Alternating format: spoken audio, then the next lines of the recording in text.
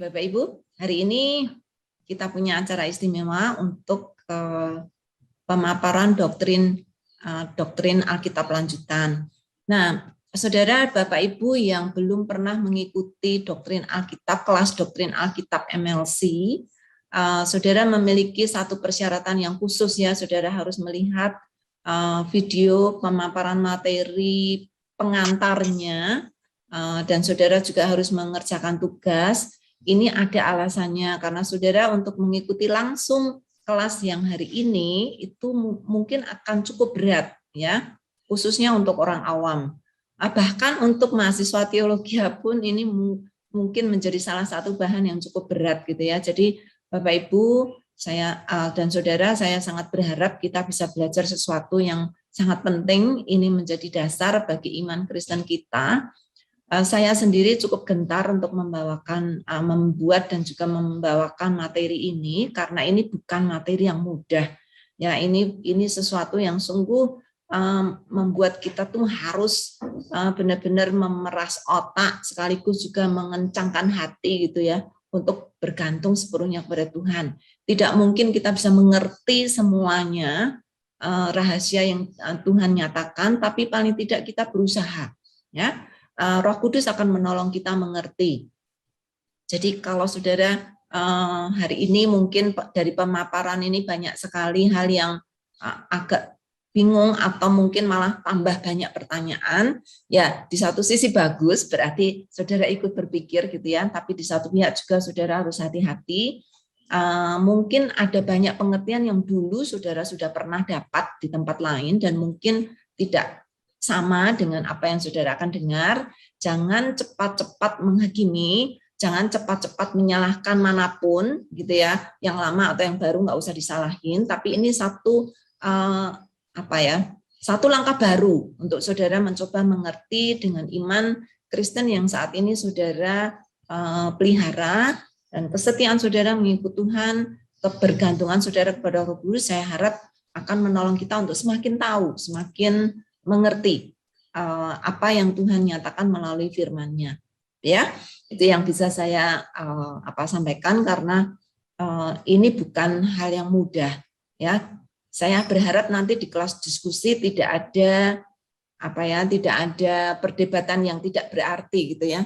Kalaupun ada perdebatan, saya kira itu hal yang wajar, karena kita benar-benar ingin mengerti, bukan ingin menang ya, tapi ingin mengerti. Ya, saya harap itu yang menjadi modal kita bersama untuk mengerti kelas ini. Ya, saya akan langsung saja ya, bahannya banyak banget Bapak Ibu. Saya berharap setengah jam bisa selesai, tapi kalau enggak ya saudara bersabar dengan saya ya. Oke, saya akan share screen.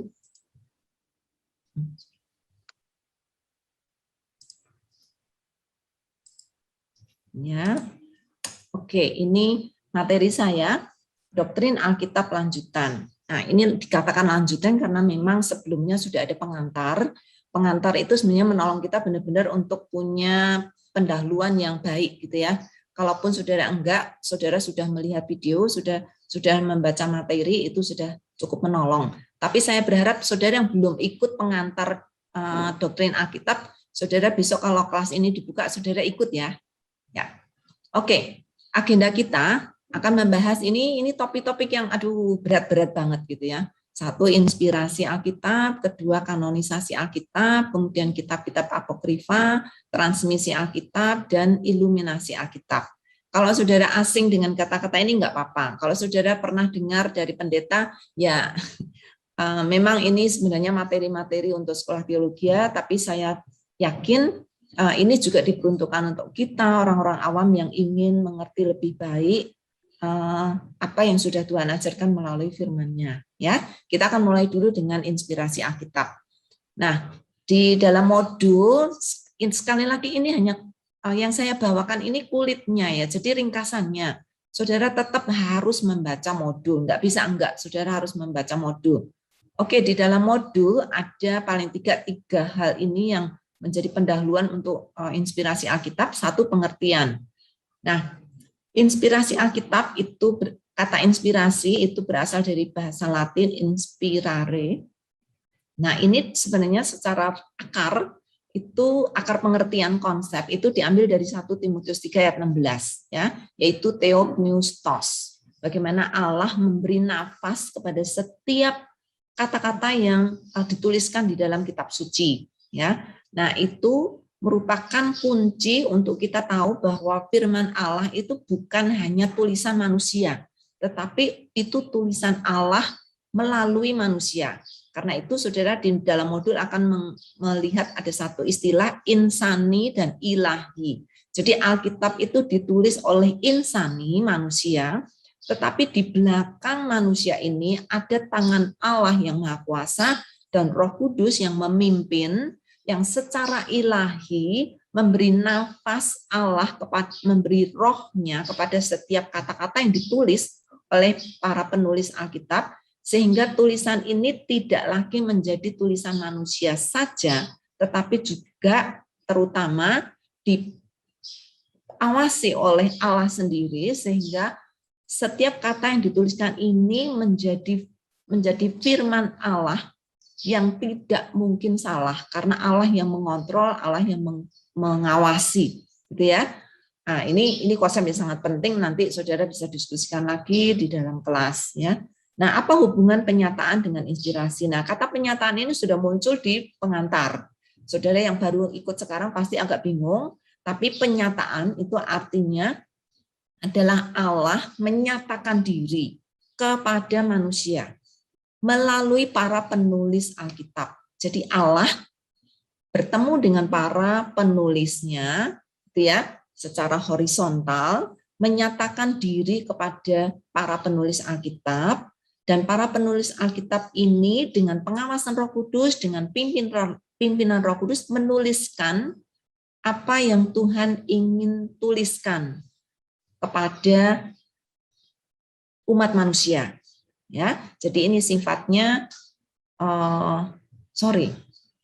ini sifatnya, aduh saya salah ya.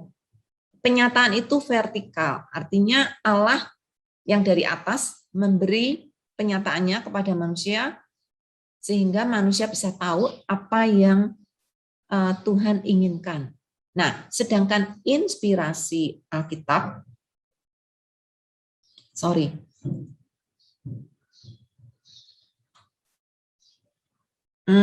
maaf, saya salah ya. Benar itu tadi horizontal. Allah menyatakan diri, apa yang Allah inginkan itu ditulis oleh para penulisnya. Sedangkan inspirasi, apa yang sudah diterima oleh para penulisnya ini dituliskan dalam bahasa manusia untuk ini bisa dibaca oleh orang lain, gitu ya. Jadi Allah sendiri yang akan menolong kita untuk mengerti apa yang Tuhan inginkan, sehingga melalui para penulisnya, sehingga kita bisa mengerti. Ya, nanti kita akan diskusikan lagi. Pentingnya inspirasi Alkitab. Apa sih pentingnya? Pentingnya supaya kita bisa mengerti dan menerima keabsahan bahwa Alkitab adalah seluruhnya firman Allah yang berotoritas dan firman Allah yang mutlak, yang tidak ada salahnya. Ya, jadi kenapa saudara harus belajar doktrin inspirasi Alkitab? Karena melalui doktrin Alkitab ini saudara bisa sepenuhnya dengan akal budi saudara menerima keabsahan Alkitab, bahwa Alkitab adalah firman Allah yang berotoritas, bukan hanya sekedar tulisan manusia yang percaya kepada Allah, tapi benar-benar itu Allah sendiri yang memakai mereka, sehingga tidak akan punya kesalahan. Ya, dan itu secara mutlak saudara harus terima dengan baik. Ya. Nah, apa bukti-bukti inspirasi? Saudara di dalam modul akan melihat ada bukti dari luar dan juga bukti dari dalam. Bukti dari luar, saudara bisa melihat bahwa di dalam Alkitab itu ada banyak pengetahuan, ada banyak peristiwa, ada banyak hal-hal kejadian, dan juga ada banyak yang saudara tahu bahwa itu secara manusia tidak mungkin bisa diketahui oleh manusia. Ya, salah satu contoh misalnya, apa yang akan terjadi yang akan datang, seperti ada di Wahyu, nanti bagaimana Yesus datang kedua kalinya, bagaimana manusia akan dihakimi, dan lain. Nggak mungkin manusia tahu, kecuali Allah sendiri yang memberitahu. Pengetahuan manusia terlalu cepat atau terlalu pendek dan terlalu dangkal untuk tahu apa yang akan terjadi in the future, apa yang terjadi pada masa yang akan datang. Itu salah satunya. Kemudian banyak lagi pengetahuan tentang penciptaan. Manusia aja belum ada, bagaimana bisa tahu? Tapi sudah diceritakan oleh kejadian, oleh penulis dari kitab-kitab Pentatuk gitu ya. Enggak mungkin dong kalau manusia tidak ada tapi bisa mengerti bagaimana kejadian penciptaan. Nah, itu salah satu bukti-bukti bahwa manusia tidak mungkin bisa menuliskan Alkitab kecuali Allah yang memberitahu apa yang harus ditulis, gitu ya. Oke, kemudian ada bukti dari dalam bahwa ada kesadaran di antara para penulis Alkitab bahwa Allah yang memimpin mereka. Mereka tahu bahwa mereka itu disuruh. Mereka tahu bahwa mereka melakukan ini bukan atas keinginan pribadi, tetapi ada dorongan ilahi yang muncul sehingga mereka menuliskan apa yang mereka tuliskan, ya. Oke, berikutnya. Langkah-langkah Roh Kudus memimpin para penulis Alkitab atau memberikan inspirasi untuk para penulis Alkitab itu menuliskan, ya. Pertama, penulis disiapkan. Saudara mulai melihat ya, ini ada perhatian terhadap bentuk kata tata bahasanya. Kalau saudara melihat ini bentuk pasif, artinya itu bukan penulis secara sadar melakukan itu, tetapi Allah yang mempersiapkan. Jadi penulis dipersiapkan oleh Allah. Bagaimana dia nanti lahir, bagaimana keluarganya, bagaimana nanti dia akan memiliki talenta, itu penulis tidak tahu dan tidak punya kesadaran khusus. Tetapi Allah sudah mempersiapkan. Kemudian yang kedua, penulis ditempatkan di tempat zaman khusus, ditempatkan dalam keluarga khusus, ditempatkan dalam lingkungan khusus, karena Tuhan sudah mempersiapkan. Apakah penulis tahu? Kemungkinan besar tidak. Contohnya seperti Musa, lahir kemudian diambil oleh Firaun dan dididik oleh Firaun, gitu ya. Itu dia sama sekali tidak sadar bahwa nanti dia akan menjadi penulis bagi kitab-kitab Pentatuk, gitu ya. Tuhan yang mengatur semuanya sehingga dia punya keahlian di dalam berbahasa, punya keahlian di dalam pengetahuan dan lain-lain, ya. Kemudian yang ketiga, nah ketika saudara melihat ini kalimat aktif, penulis menyelidiki. Dia setelah dia melihat bagaimana Tuhan memimpin hidupnya dari awal sampai saat itu dia ingin menulis, penulis tidak pasif, dia tidak seperti mesin gitu ya, enggak. Dia sadar, kemudian dia mempelajari, dia menyelidiki, dia bahkan mempersiapkan diri. Nah, yang keempat, Tuhan bahkan kadang menyuruh para penulis Alkitab itu mengkhotbahkan lebih dahulu atau memberitakan ini lebih dahulu, baru kemudian ditulis. Ya, nah ketika dia mengkhotbahkan, jelas Tuhan yang suruh. Ketika dia menceritakan itu kepada orang lain, itu juga Tuhan yang suruh, gitu ya. Nah, kemudian yang kelima, ketika penulis ini sudah mengkhotbahkan, sudah menceritakan kepada orang lain, bahkan memberitakan kepada orang-orang yang Tuhan inginkan, lalu penulis ini di belakang layar ada Roh Kudus yang memberi penerangan apa yang sudah dia ketahui, yang sudah dia sharekan, baik dia khotbahkan, kemudian dia mulai mengerti apa maksudnya, dan kemudian dia menuliskan. Nah, ini kalimat aktif lagi ya, penulis kemudian menuliskan. Ketika diterangi dia mungkin tidak terlalu sadar, tetapi akal budinya yang bekerja. Dia mengerti, kemudian menuliskan. Ya, ini adalah langkah-langkah bagaimana Tuhan memimpin. Nah, ada banyak teori penulisan Alkitab, saya tidak akan detail lakukan ini. Nanti saudara akan diskusikan. Ada teori dikte. Jadi langsung penulisnya itu seperti mesin, dia langsung apa yang Tuhan sampaikan itu dia tulis, ya. Kemudian yang kedua penyesuaian. Allah menyesuaikan diri dengan penulisnya, termasuk kelemahan dan kekurangan penulis. Itu sebabnya di dalam Alkitab ada salahnya, ya. Itu teori yang disampaikan juga. Jadi ada orang yang setuju dengan teori ini. Allah menyesuaikan diri, kan nggak mungkin Allah memilih orang yang sempurna, wong namanya manusia, dia pasti banyak dosa, banyak kelemahan, banyak kekurangan. Tapi Allah rela menyesuaikan diri sehingga ya kelemahan penulis boleh masuk, kekurangannya juga boleh masuk, sehingga ketika menuliskan Alkitab ya kadang-kadang ada salahnya, itu teori. penyesuaian. Lalu ada teori yang namanya pengawasan. Di dalam teori pengawasan ini Tuhan tidak mendikte, tidak, tapi Tuhan memimpin dan menggunakan seluruh keberadaan, seluruh kepribadian penulis sesuai dengan kehendaknya, untuk menuliskan sesuai dengan kehendaknya. Jadi Tuhan yang memimpin, Tuhan yang menggunakan, bahkan seluruh keberadaan penulis ini Tuhan pakai untuk menjadi sesuatu yang Tuhan kehendaki. Gitu ya. Nah, nanti saudara bisa memberikan pendapat ya dari 3 teori ini mana yang saudara setujui. Ya. Berikutnya, pandangan yang salah tentang inspirasi. Ada yang namanya inspirasi alamiah yang tidak diterima oleh gereja, yaitu penulis itu memang pinter, dia secara alamiah tuh jenius, sehingga dia menuliskan ini dengan sangat luar biasa. Ya, kenapa pandangan ini salah? Nah, saudara nanti bisa diskusikan ya. Kemudian yang kedua, inspirasi dinamis. Dinamis ini penulis dipimpin Roh Kudus, sama seperti penulis Kristen yang lain. Sebenarnya nggak ada istimewanya sih. Cuman dia tuh beda dengan penulis-penulis yang lain. Kalau penulis yang lain itu tidak disertai Roh Kudus, tapi penulis Alkitab itu disertai Roh Kudus. Sebenarnya sama seperti penulis-penulis yang lain. Ya, kalau dia menulis buku Kristen itu juga disertai oleh Roh Kudus. Nah, sama seperti itu. Nah, kenapa itu dibilang salah? Nah, nanti saudara diskusikan ya. Kemudian inspirasi bertingkat. Penulis mendapat inspirasi Roh Kudus, tapi dengan bobot yang berbeda-beda. Jadi gini, penulisnya yang ini itu memang karena Tuhan tuh dekat banget sama dia, maka tulisannya tuh lebih berbobot dibandingkan penulis yang tidak dekat dengan Tuhan. Jadi ada yang misalnya kayak Musa, wah itu kan dekat banget gitu ya.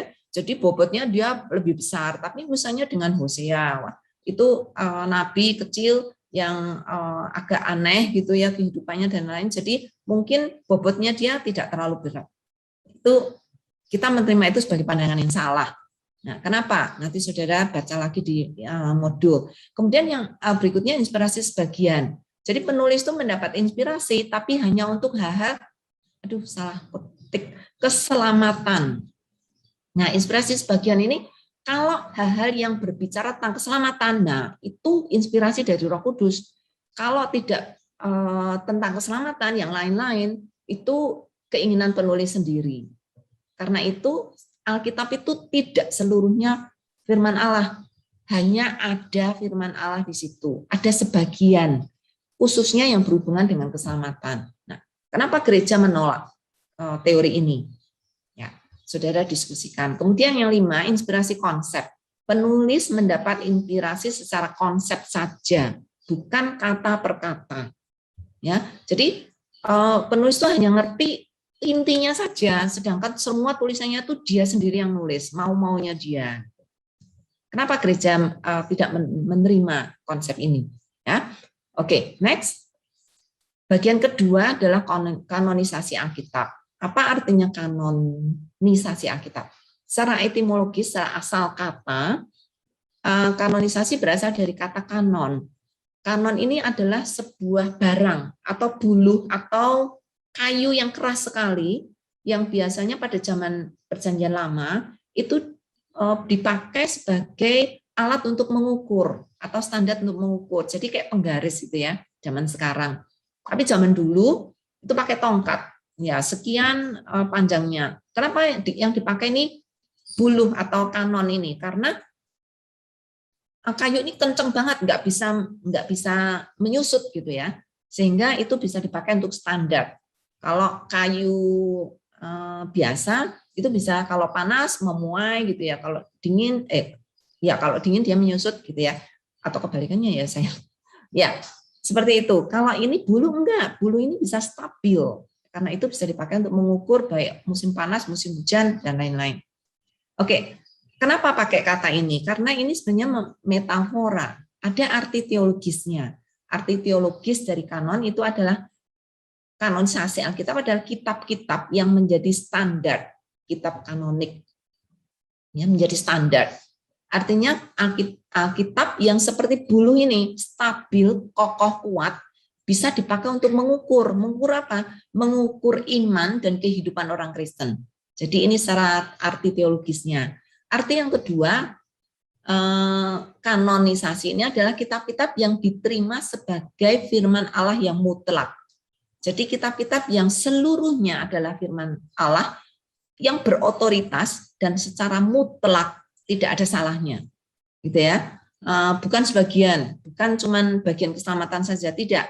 Ini kitab-kitab yang seluruhnya diterima sebagai firman Allah yang mutlak. Nah, itu arti. Nah, kalau saudara berkata kanonisasi Alkitab, artinya kitab-kitab yang standar, yang tidak lagi akan berubah, baik isinya, baik jenisnya, seluruhnya akan selama-lamanya dipakai menjadi standar iman dan kehidupan orang Kristen.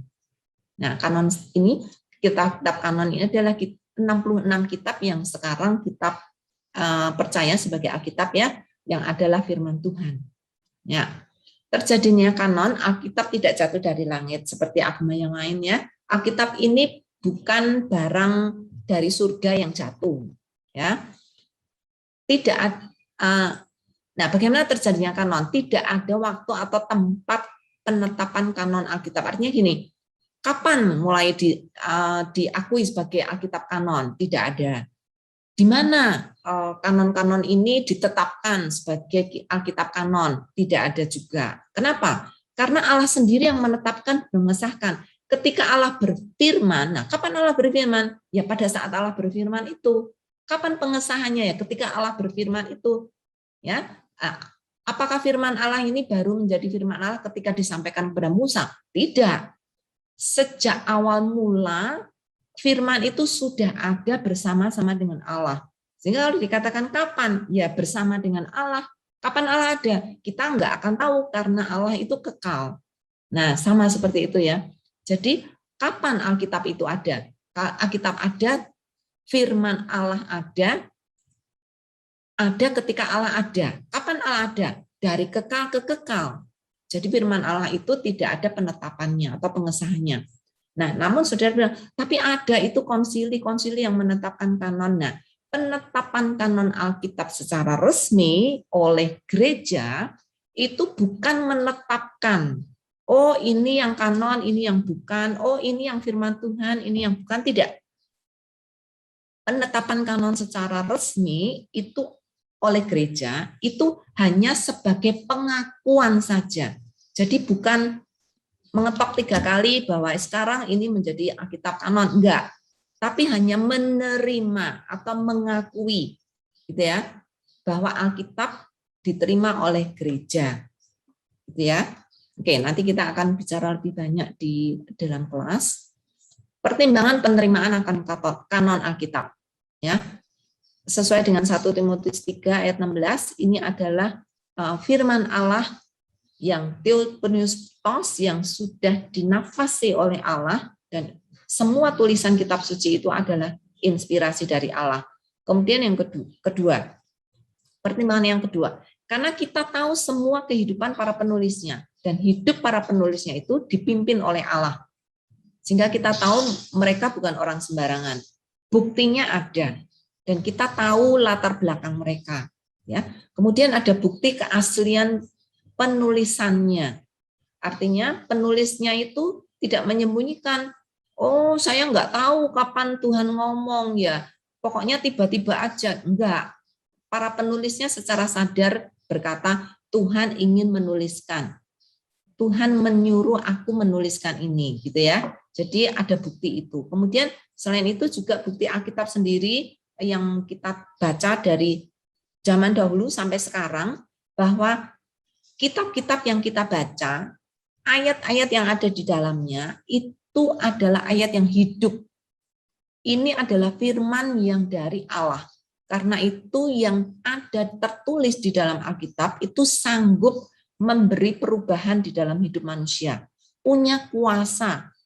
Ayat-ayat itu bukan sekedar tulisan, tetapi itu firman yang menghidupkan hidup manusia. Bahkan manusia yang mati secara rohani boleh dihidupkan oleh firman-Nya sehingga menjadi manusia yang baru, menjadi ciptaan baru, ya.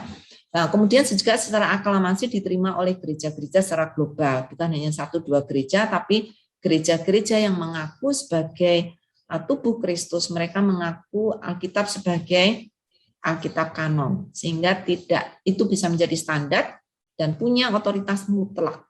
Ya, oke. Berikutnya, pertimbangan yang salah tentang penerimaan kanon Alkitab. Jadi ada gereja-gereja yang percaya, oh itu Alkitab ini, kitab ini itu diterima menjadi kitab kanon karena usianya ini kan Alkitab yang udah tua, gini-gini gitu.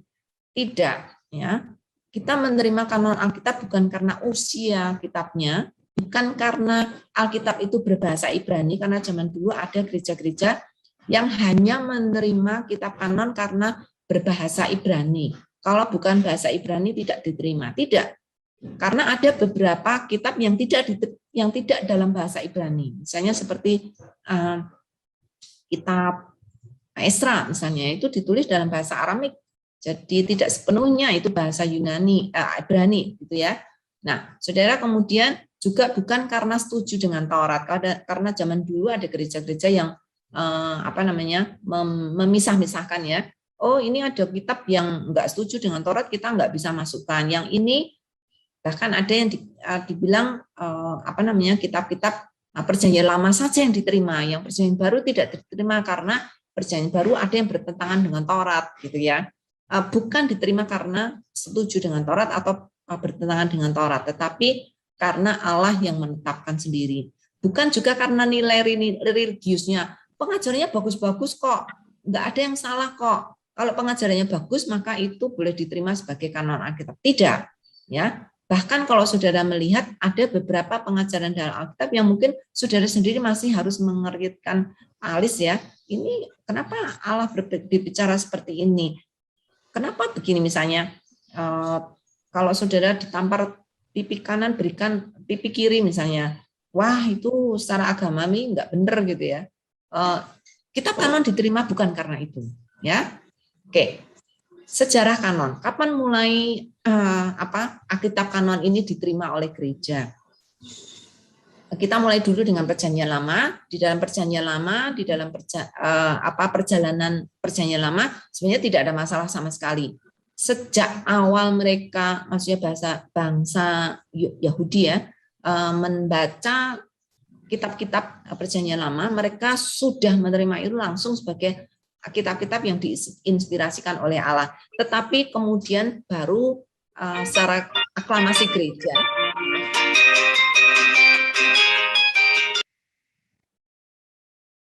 tolong admin di-mute semuanya ya. Oke, terima kasih. Tetapi persidangan diam-diam itu memberikan kemungkinan bahwa perjanjian lama sudah diterima oleh gereja. Jadi bukan baru tahun 90 di persidangan baru itu menjadi kitab kanon. Tidak, kitab kanon sudah dari awalnya, tetapi gereja memberikan pengakuan baru saat itu. Ya, perjanjian baru. Nah, di dalam perjanjian baru sendiri kitab-kitab ini banyak mengalami pergumulan, ya. Ada karena ada krisis otoritas, krisis pengajaran, dorongan misi, kemudian tekanan penganiayaan, gitu ya. Baru setelah Tuhan Yesus naik ke surga, baru kitab-kitab dalam perjanjian baru itu satu persatu mulai diterima oleh gereja menjadi kitab kanon, ya.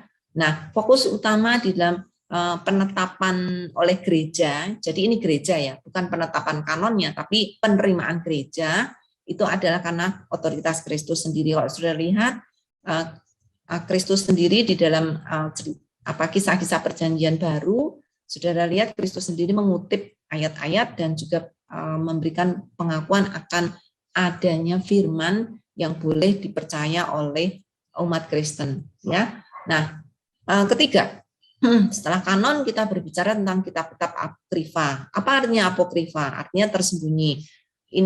Kitab-kitab apokrifa itu adalah kitab-kitab yang ditambahkan dalam Alkitab kanon. Jadi Alkitab kanon yang sudah ditetapkan oleh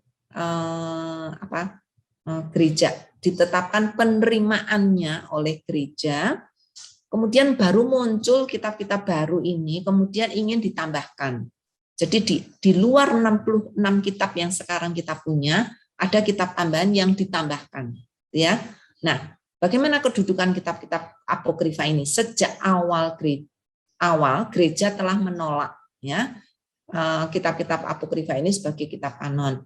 Nah, ada istilah-istilah yang saudara nanti akan pelajari, yaitu protokanonika dan deuterokanonika. Nah, itu saudara, ini sehubungan dengan sejarah dari kitab apokrifa ya, saudara belajar sendiri nanti. Nah, di dalam sejarah kitab-kitab apokrifa yang kitab ini ditulis sebenarnya pada masa intertestamental, yaitu masa antara perjanjian lama perjanjian baru. Masa perjanjian lama perjanjian baru itu di tengahnya tuh ada masa vakum kira-kira 400 tahun. Nah, di dalam masa 400 tahun itu tidak ada firman Allah yang diturunkan kepada manusia. Nah, pada saat itu ada banyak para orang Ibrani yang saleh gitu ya, mulai menuliskan kitab-kitab apokrifa ini untuk dibaca, karena selama 400 tahun ini mereka tidak, bahkan kitab perjanjian baru aja baru dituliskan setelah 100 Masehi ya, karena waktu Tuhan Yesus hidup kan belum ditulis. Kemudian masa Rasul Paulus juga sedang ditulis gitu ya. Paulus sendiri kira-kira umur 60 ketika selesai menuliskan semua surat-suratnya. Kemudian Yohanes sendiri usia 90, itu baru dia menuliskan Wahyu. Jadi kira-kira benar-benar itu dikumpulkan dan diterima oleh gereja itu, dan mulai dibacakan di dalam gereja itu kira-kira tahun 100-an gitu ya. Oke, nah kitab-kitab apokrifa ini merupakan satu kisahnya sih. Mereka tuh pengen tahu setelah Tuhan Yesus mati, itu kejadian apa saja sih yang terjadi gitu ya. Kemudian juga setelah para rasul mati, itu terus gimana cerita-ceritanya. Jadi ini banyak cerita-cerita, ini kanon yang khususnya perjanjian baru ya.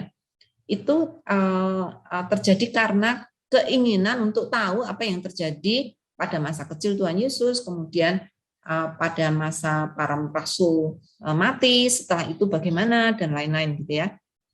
Oke, macam-macam kitab apokrifa yang tadi ya, perjanjian lama dan perjanjian baru. Nah, perjanjian lama itu ada 15 buah, tapi kemudian menyusut menjadi 12.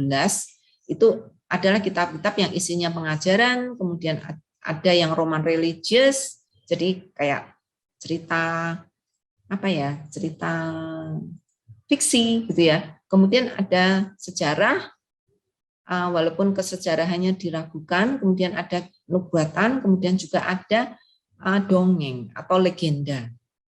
Nah, sedangkan apokrifa perjanjian baru itu ada 4. Ini seperti saya katakan, itu cerita tentang masa kecil Tuhan Yesus dan nasib para rasul setelah Tuhan Yesus mati. Nah, alasan gereja menolak apokrifa. Yang pertama, bapak-bapak gereja menolak. Kemudian Alkitab sendiri menolak. Dari mana kita tahu Alkitab menolak? Karena nggak pernah dikutip oleh penulis-penulis Alkitab. Ya. Kemudian tidak ada klaim inilah firman Allah. Tidak. Kemudian isinya juga khayalan dan dongeng. Kemudian juga nilai moralnya rendah. Ya. Ada malaikat yang berbohong dan lain-lain gitu ya. Kemudian ada cerita-cerita yang menurut kita tidak punya nilai moral yang bisa kita contoh gitu ya. Kemudian yang paling jelas adalah ada kesalahan sejarah karena ada penulisan tanggal atau nama gitu ya yang jelas-jelas salah gitu. Nah, oke, Mak. Kemudian kenapa ini kitab masih ada sampai sekarang? Ya, masih ada gitu ya. Walaupun secara kita orang Kristen tuh banyak yang nggak ngerti, bahkan baca juga nggak, tertarik juga nggak gitu ya. Karena memang ditolak oleh gereja gitu ya. Bahkan ada gereja-gereja yang melarang jemaatnya untuk membaca kitab-kitab apokrifa. Tetapi secara gerejawi gitu ya, ada sedikit manfaat yang diperoleh dari kitab-kitab apokrifa. Nanti saudara bisa baca sendiri ya. Oke, transmisi Alkitab keempat. Nah, transmisi Alkitab ini sangat penting banget untuk kita bisa mengerti. Mungkin saudara masih punya masalah dengan ini, tapi tidak apa-apa. Kita semua bergumul untuk bisa melihat dengan jelas doktrin yang sangat penting ini. Ya, oke. Transmisi Alkitab itu artinya transmisi itu kan peralihan dari A ke B gitu ya. Gitu. Nah, Alkitab penyataan Allah itu ditulis dalam bahasa manusia. Karena itu kita bisa berkata ada bahasa asal Alkitab. Bukan asli ya, tapi asal. Maksudnya pertama kali itu Alkitab ditulis dalam bahasa apa? Nah, itu bahasa asal. Nah, kenapa harus ditulis dalam bahasa manusia? Karena Tuhan ingin Alkitab ini dimengerti oleh manusia. Kalau tidak ditulis dalam bahasa manusia, lalu kalau pakai bahasa surga, saudara nggak ada yang ngerti. Ya. Nah, Allah rela menggunakan bahasa manusia yang penuh keterbatasan itu untuk memberikan penyataannya supaya penyataannya ini dimengerti oleh manusia, menjadi penyataan yang diinspirasikan dan inspirasi ini ditulis untuk kita bisa tahu, gitu ya. Kenapa Tuhan pakai bahasa tulisan? Apa nggak ada cara lain untuk Tuhan menyatakan penyataannya? Nah, ada keuntungan. Yang pertama jelas efisiensi, artinya apa? Kalau Alkitab ini tidak ditulis, terus harus ada satu orang yang dari zaman ke zaman itu menceritakan kepada kita. Kalau udah ditulis kan tinggal di hand down, tinggal diberikan kepada keturunan-keturunannya sehingga generasi-generasi berikutnya bisa membacanya. Jadi nggak usah diulang-ulang oleh orang untuk disampaikan, gitu ya. Kemudian ketepatan, kalau udah ditulis itu bertanggung jawab, nggak bisa diganti-ganti gitu ya. Oh ini kata-katanya menurut aku tidak tepat, jadi lebih baik diganti. Enggak, Alkitab ini dari dulu sampai sekarang tidak akan berubah isinya gitu ya, karena sudah ditulis. Kalau ditulis kan ada buktinya. Kalau saudara cuma ngomong, kemarin aku ngomongnya salah kok, ini sekarang diganti, enggak bisa. Kalau itu ditulis saudara ada bukti. Ya, ketepatannya saudara bisa dijamin.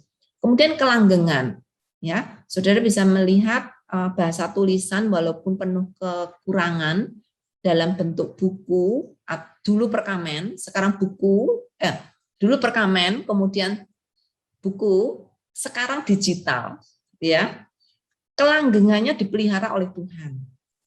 Walaupun sudah diusahakan dihancurkan oleh musuh-musuh, ya, dari dibakar, dari disita dan lain-lain, tetapi saudara melihat ini dipelihara oleh Tuhan sehingga sampai hari ini kita bisa terima dan tidak pernah kita melihat orang tidak bisa membaca Alkitab. Bahkan di era digital ini hampir semua orang bisa mendapatkan Alkitab. Kelanggengannya semakin dibuktikan pada era digital ini.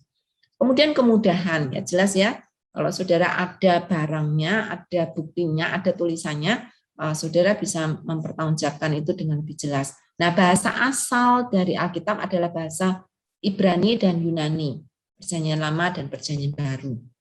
Nah, karena itu kita bisa mengerti pengertian transmisi Alkitab adalah hubungan antara hubungan inspirasi Alkitab adalah dan transmisi Alkitab adalah bahasa asal Alkitab sampai sekarang dibawa menjadi Alkitab modern. Gitu ya. Dari dulu Allah berbicara kepada para penulisnya, dipelihara terus oleh Tuhan sampai kepada masa modern ini. Itu yang namanya transmisi Alkitab. Nah, urutan keberadaan Alkitab asli atau Alkitab asal tadi sampai Alkitab sekarang. Jadi pertama tuh dulu naskah asli para penulisnya. Para penulisnya tuh benar-benar menuliskan. Tulisannya ada, ya. Tapi karena dulu yang asli itu ditulis dengan di atas bahan yang bisa rusak, naskah yang asli benar yang ditulis oleh penulisnya itu sekarang sudah nggak ada sama sekali. Kalau itu ditulis dari perkamennya sudah hancur total karena tidak mungkin selama ribuan tahun bisa bertahan gitu ya. Jadi naskah asli Alkitab itu sekarang sudah nggak ada. Nah, tapi ketika naskah asli itu masih ada banyak sekali, khususnya orang-orang Yahudi yang sangat setia, menyalin. Karena kan kalau sudah hampir rusak, cepat-cepat disalin gitu ya. Bahkan sebelum rusak, mereka tahu ini bakalan rusak, udah disalin duluan gitu ya. Nah, itu sudah ada salinan-salinan kuno. Salinan kuno pun itu hampir sebagian besar sudah hancur karena memang dibuat dari bahan yang bisa hancur. Nah, kemudian saudara lihat salinan-salinan ini ada yang sebagian kecil masih bisa dipelihara sampai sekarang. Tapi rata-rata adalah sudah menjadi salinan yang lebih baru dibandingkan salinan sebelumnya, gitu ya. Nah, kemudian ketika ada transmisi menjadi terjemahan atau bisa diterjemahkan karena bahasa asli dari Alkitab itu juga makin lama makin sedikit penuturnya sehingga tidak lagi gampang untuk dipelajari.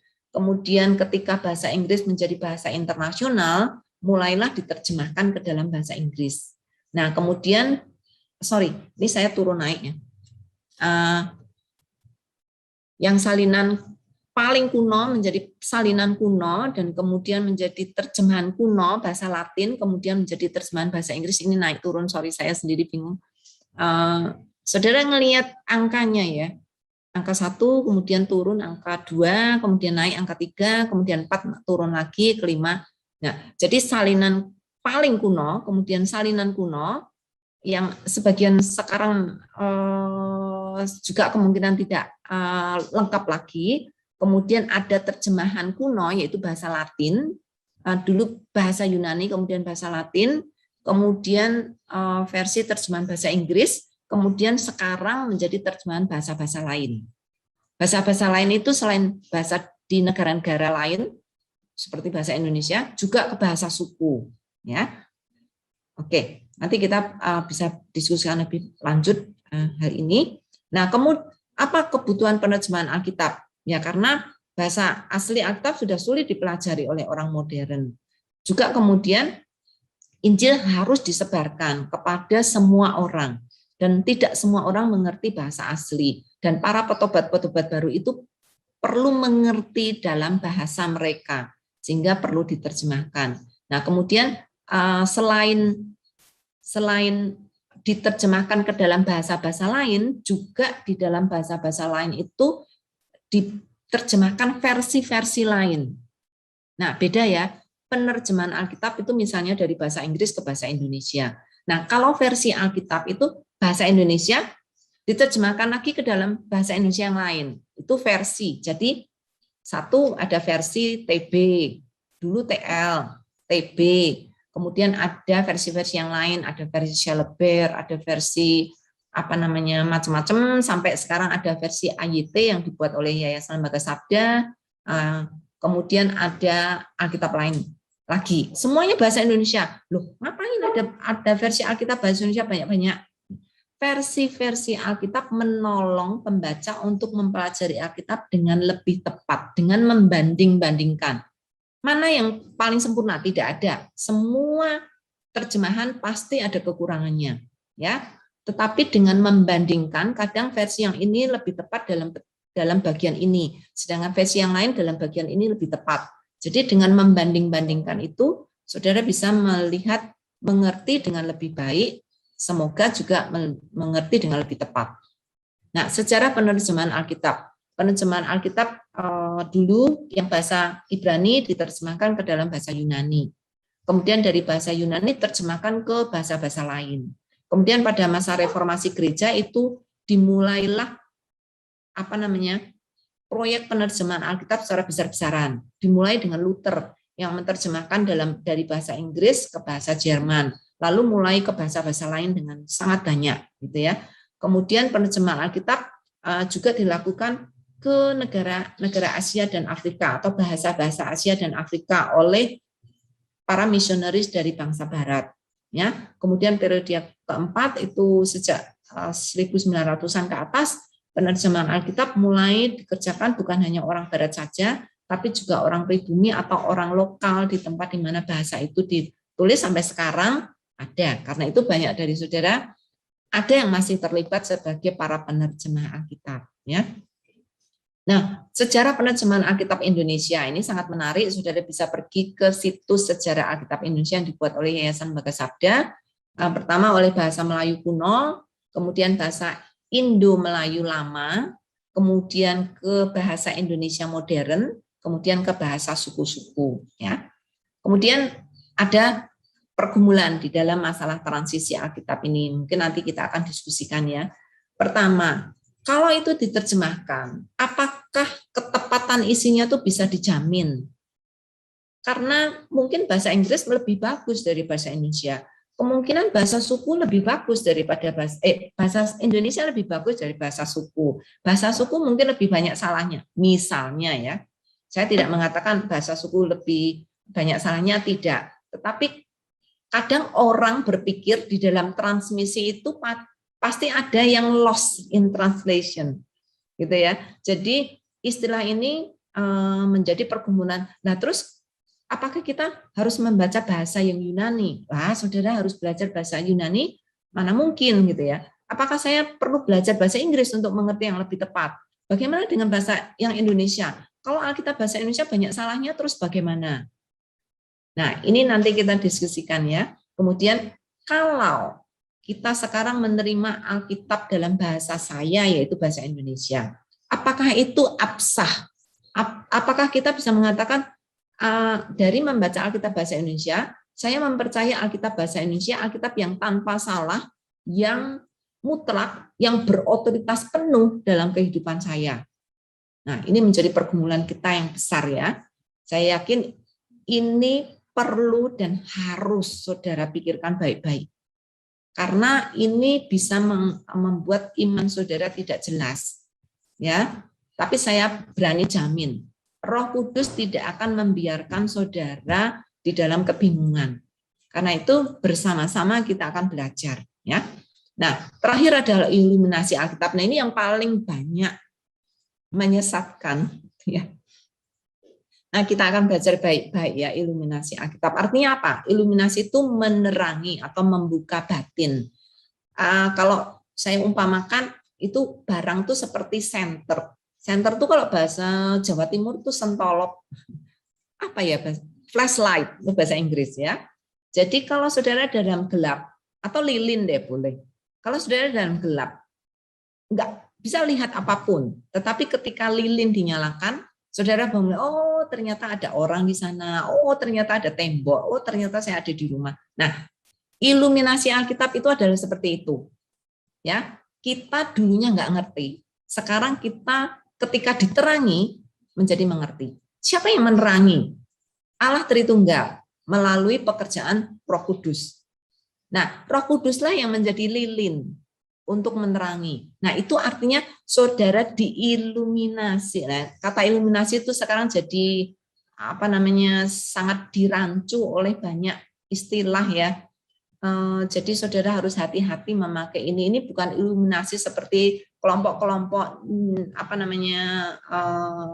New Age itu ya. Iluminasi itu sudah dipakai lebih dahulu oleh orang Kristen dari zaman dulu-dulu. Ini bukan hal yang baru, gitu ya.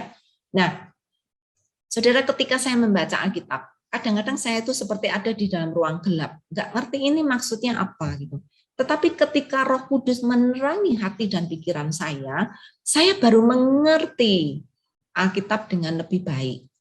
Nah, ini adalah karya Roh Kudus. Iluminasi itu bukan karena kepandaian manusia, tapi karena pekerjaan Roh Kudus. Nah, pekerjaan Roh Kudus bukan hanya membuat kita mengerti, tetapi juga untuk membuka hati kita setelah pikiran kita dimengertikan, akal budi kita dimengertikan, lalu hati kita juga diterangi oleh Roh Kudus untuk kita mau menjalankan. Jadi kalau saudara sudah baca Alkitab banyak, tapi saudara masih menjadi orang Kristen yang tidak sungguh-sungguh, itu kemungkinan penerangan saudara itu bukan dari Roh Kudus, tapi hanya dari pikiran manusia saja. Kalau Roh Kudus, maka dia akan menggerakkan kaki dan tangan kita dan hati kita untuk melakukan apa yang Tuhan inginkan. Nah, pentingnya iluminasi. Kenapa perlu sih diterangi gitu ya? Kan sebenarnya kita sudah punya akal budi, kita sudah punya kepandaian, kita punya pendidikan bahkan. Gitu. Nah, saudara, kenapa akal budi saja tidak cukup? karena pikiran manusia itu gelap, ya. Artinya pikiran manusia itu tidak bisa mengerti dengan baik. Mengertinya samar-samar, mengertinya itu tidak jelas. Kalau boleh saya katakan, kalau saudara pakai kacamata, saudara yang punya kacamata, saudara pasti bisa merelate ini ya. Kacamata saudara jatuh, lalu pecah. Bukan pecah, retak. Nah, terus saudara nggak ada kacamata lain, saudara terpaksa harus pakai kacamata itu. Nah, itu kacamatanya saudara masih bisa melihat nggak? Bisa sih melihat, tapi mungkin tembok yang lurus jadi bengkok-bengkok. Saudara kalau lihat orangnya jadi kayak bengkok-bengkok gitu ya. Nah, seperti itulah ketika saudara tidak diterangi oleh Roh Kudus. Saudara bisa melihat, bisa, tapi nggak tepat. Ada bengkok-bengkoknya. Saudara nggak bisa lihat itu bahkan mungkin warnanya, ya. Nah, itu karena pikiran manusia itu gelap, sudah broken. Itu sebabnya perlu diterangi oleh Roh Kudus. Saudara perlu lahir baru untuk diterangi oleh Roh Kudus. Nah, kedua, nomornya ini salah ya. Harusnya nomor 2 bukan nomor 4. Nomor 2, hati manusia bebal. Sudah ngerti pun manusia masih ngeyel gitu ya, masih kalau orang Jawa bilang tuh brengkele gitu ya. Hati manusia itu masih tidak mau untuk tunduk kepada Alkitab. Karena itu Roh Kudus yang harus menghantam hati kita untuk kita itu benar-benar punya kesadaran untuk mau melakukannya. Kemudian yang ketiga, karena pengaruh kuasa kedagingan. Saudara, kadang kita, ya ini memang bagus sih firman-Nya, tapi kan gini gitu-gitu. Saudara punya 1001 alasan gitu ya. Karena saudara nggak mau melakukan itu.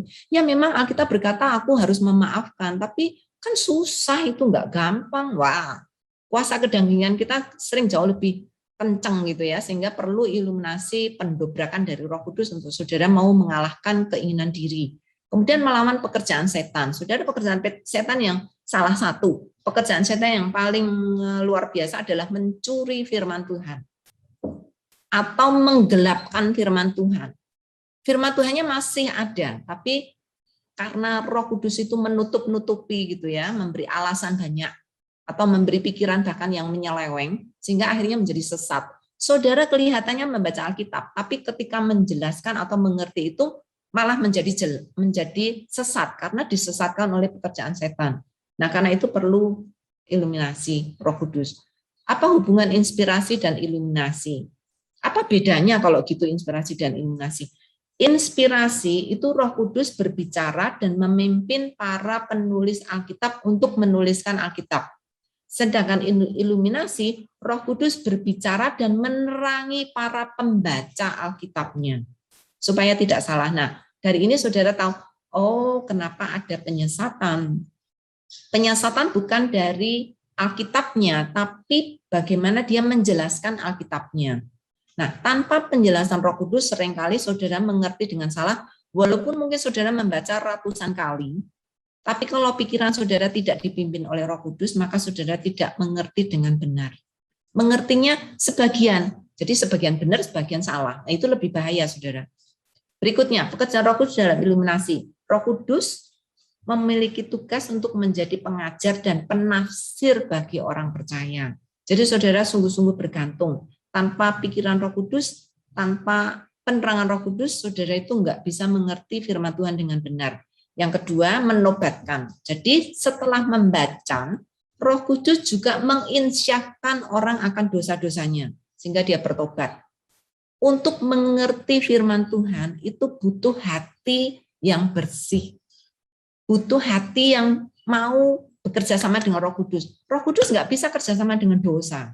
Karena itu Roh Kudus akan menginsyafkan dulu orang ini dari dosanya, bertobat, sehingga ketika membaca, dia itu bisa mengerti dan mau melaksanakannya. Dan Roh Kudus menerangi, jadi ketika Roh Kudus melihat saudara membaca Alkitab, ya, dia akan menerangi sehingga saudara bisa mengerti Alkitab dengan benar. Jadi setelah menginsyafkan dosa, saudara juga akan bisa membaca Alkitab dengan benar. Nah, bagaimana Roh Kudus mengiluminasi? Pertama, syaratnya saudara harus lahir baru. Tanpa Roh Kudus tinggal di dalam hidup saudara, maka tidak mungkin saudara akan mengerti Alkitab dengan baik. Apakah mungkin orang yang belum lahir baru membaca Alkitab? Oh, banyak. Pada saat ini pun banyak orang yang bisa membaca Alkitab, ya.